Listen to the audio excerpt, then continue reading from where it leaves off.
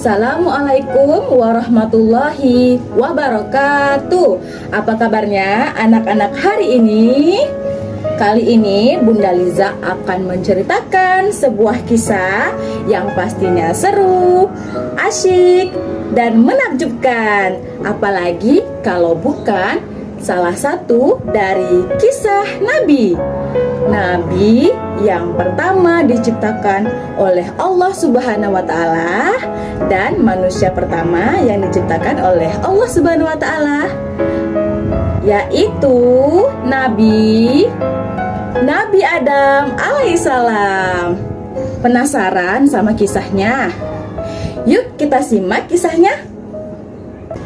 Sebelum Nabi Adam diciptakan, Allah Subhanahu wa Ta'ala menciptakan langit dan bumi dengan segala isinya, termasuk gunung, laut, tumbuh-tumbuhan, hewan, matahari sebagai sumber panas, dan bulan sebagai penerang malam.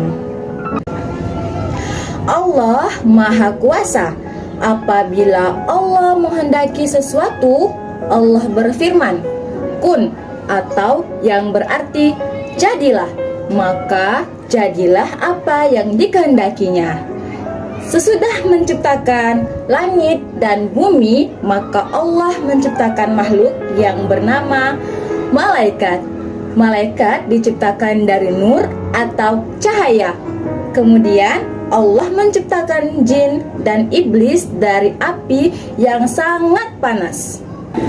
Setelah Allah menciptakan langit, bumi seisinya, malaikat dan jin, maka Allah hendak menciptakan makhluk yang akan diperintahkan untuk mengelola dan merawat bumi. Hal ini diutarakan kepada para malaikat. Allah berfirman, "Aku akan menciptakan manusia untuk menjadi pengatur di bumi." Lalu Allah menciptakan Adam dari tanah dan lumpur hitam. Kemudian dimasukkan ruh ke dalamnya. Adam kemudian hidup, bisa berdiri tegak, dan mulai bernafas di hadapan Allah Subhanahu wa Ta'ala. Setelah Nabi Adam diciptakan, Allah Subhanahu wa Ta'ala memerintahkan kepada para malaikat untuk bersujud kepada Nabi Adam. Bersujudlah kalian para malaikat kepada Adam. Kemudian malaikat pun bersujud untuk rasa hormat dan rasa syukur atas terciptanya Adam. Namun hanya iblis yang tidak mau bersujud kepada Nabi Adam. Ia berani menolak perintah Allah Subhanahu wa Ta'ala. Allah berfirman, "Apakah yang menyebabkan engkau tidak mau bersujud kepada Nabi Adam?" Lalu dengan sombongnya iblis menjawab, "Aku tidak akan bersujud kepada Nabi Adam, karena Nabi Adam hanya tercipta dari tanah, sedangkan aku tercipta dari api. Sesungguhnya aku yang paling hebat daripada dia. Aku tidak akan mau bersujud kepada Nabi Adam, karena aku yang paling hebat daripada dia." Setelah mendengar perkataan dari iblis, Allah pun murka terhadap iblis karena telah menolak perintahnya. Lalu iblis diusir dari surga. Allah mengajarkan Nabi Adam yaitu nama benda-benda yang dilihatnya. Dengan demikian, Nabi Adam mengetahui nama benda-benda di muka bumi. Itulah pengetahuan dasar yang diperlukannya untuk mengatur dan merawat bumi. Allah berfirman, "Sebutkanlah para malaikat nama benda-benda itu." Lalu malaikat menjawab, "Maha suci Engkau ya Allah, tidak ada yang kami ketahui kecuali apa yang telah Engkau ajarkan," ucap malaikat dengan takjub. Kemudian Allah berfirman, "Wahai Adam, sebutkanlah nama benda-benda itu."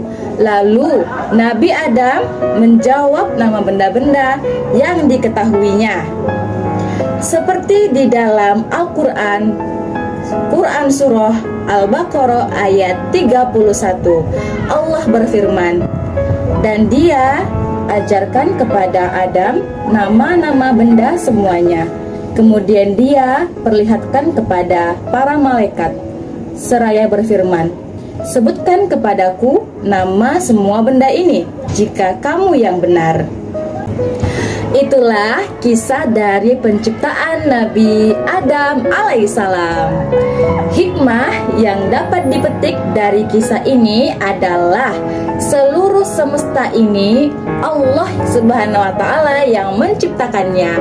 Jadi kita sebagai umat Allah Subhanahu wa Ta'ala sudah seharusnya taat pada perintahnya, dan kita sebagai makhluk yang diciptakannya juga tidak boleh sombong, karena sombong itu adalah salah satu perilaku yang dibenci oleh Allah Subhanahu wa Ta'ala.